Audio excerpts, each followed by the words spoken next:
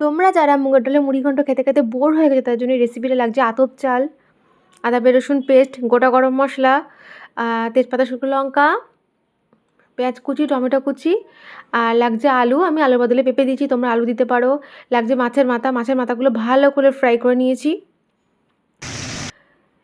কড়াইতে শুকনো লঙ্কা, তেজপাতা, গোটা গরম মশলা, গোটা জিরে ফোড়ন দিয়ে পেঁয়াজগুলো আর টমেটোগুলো ভালো করে ফ্রাই করে নিয়ে আদা রসুনগুলো পেস্ট দিয়ে দিলাম। ওই একই সঙ্গে আমি পেঁপেগুলো ফ্রাই করে নিয়েছি, তার মধ্যে আমি জিরের গুঁড়ো, ধনের গুঁড়ো,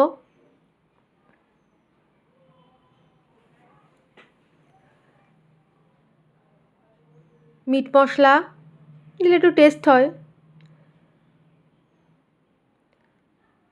কাশ্মীরি লঙ্কার গুঁড়ো, এমনি লঙ্কার গুঁড়ো দিয়ে আতপ চালগুলো দিয়ে দিয়েছি, মাছের মাথাগুলোও দিয়ে দিয়েছি, দিয়ে ভালো করে কষে নিতে হবে। কষে নিয়ে ওপর দিয়ে গরম জল দিতে হবে।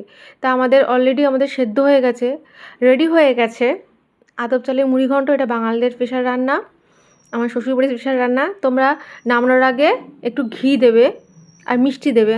মিষ্টিটা অপশনাল, মিষ্টিটা দিলে হেভি টেস্ট হয়, কিন্তু আমি দেইনি। তো কেমন লাগলো জানিও।